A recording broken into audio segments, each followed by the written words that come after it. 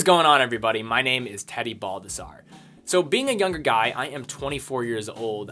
I am presented with a challenge every day, interacting with people that are much older than me, of wanting to come off in a manner in which I am far beyond just my 24 years of age and can come off in a very professional manner. And I feel there are a ton of guys my age that are really coming face to face with this same issue. In tackling this issue, of course, how you portray yourself, how you carry yourself, how you speak, articulate ideas and thoughts are going to do a lot of things for you in allowing you to achieve this very professional outlook that you portray out to everybody else.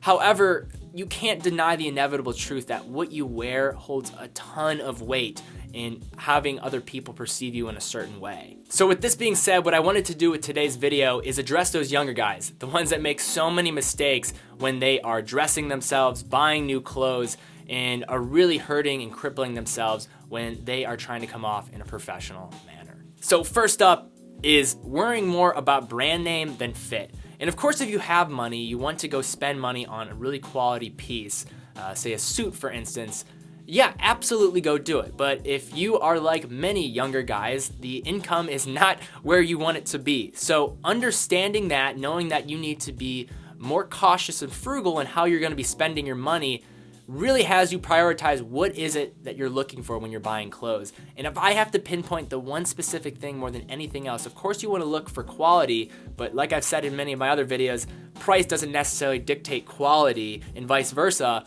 What you need to be looking for is fit of the clothing that you are buying. Next up, this is a huge mistake. I see this so frequently with guys that are just entering the workforce, and it is boat shoes are not dress shoes, guys. You are no longer a frat star. You have to put the Sperry's away.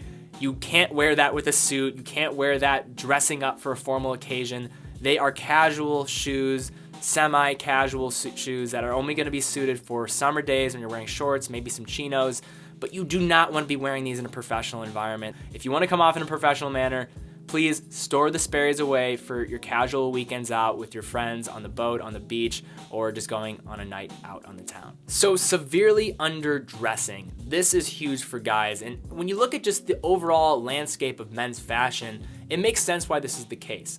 For one, of course, when a guy is entering the workforce, they don't have the wardrobe built up to have a lot of professional attire. But on top of that, when they look at just the landscape of men's fashion, what's really popular right now is streetwear. And I like streetwear. I think it has its place and its time, but for an everyday look, even if you are in a business-oriented environment where you are able to wear whatever you want, it doesn't necessarily mean that you should do so. My rule of thumb is I never want to be the most underdressed person in the room. If you're going to be one of the other, the most underdressed or the most overdressed, always lean to the side of being the most overdressed individual. They'll make comments about you, but of course, you'd rather be that guy than the guy that everybody's talking to, like, oh man, Jim didn't get the memo about what the attire is for today's event. Yes, dress comfortable, dress well, but always make sure that you're coming off in a professional manner and default to being a little overdressed rather than underdressed. So we have all heard the saying, less is more. And that could not be more accurate when describing accessories in men's fashion.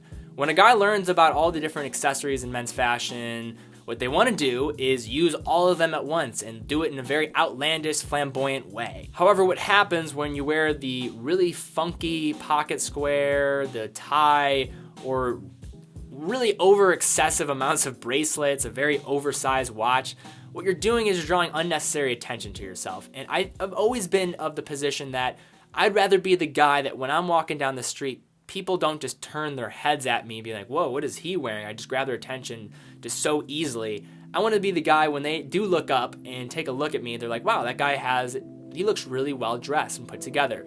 Just respect it, and that's all they have to say. If you can achieve that, I think that's a great place to be when you're thinking about accessories and dressing well and coming off in a professional manner. So this last issue, and I see so many guys doing this, it's a small one, but I think it's really important to consider, and a lot of guys don't, is wearing the right undershirt for the proper occasion.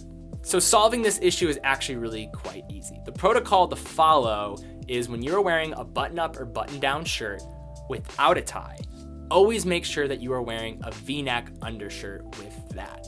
But in the other instance, when you are wearing a tie, what you want to do is you want to get a crew cut undershirt instead. And why you want to do that is if you would just wear a V-neck with that shirt, especially if it's a white shirt, someone is going to be able to see that V-neck cut, and it's just not gonna look good. You don't want to be able to see your undershirt from the shirt that you're wearing on top of it.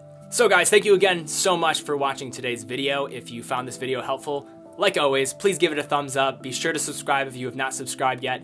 And until next time, guys, be well, and I will see you all very soon.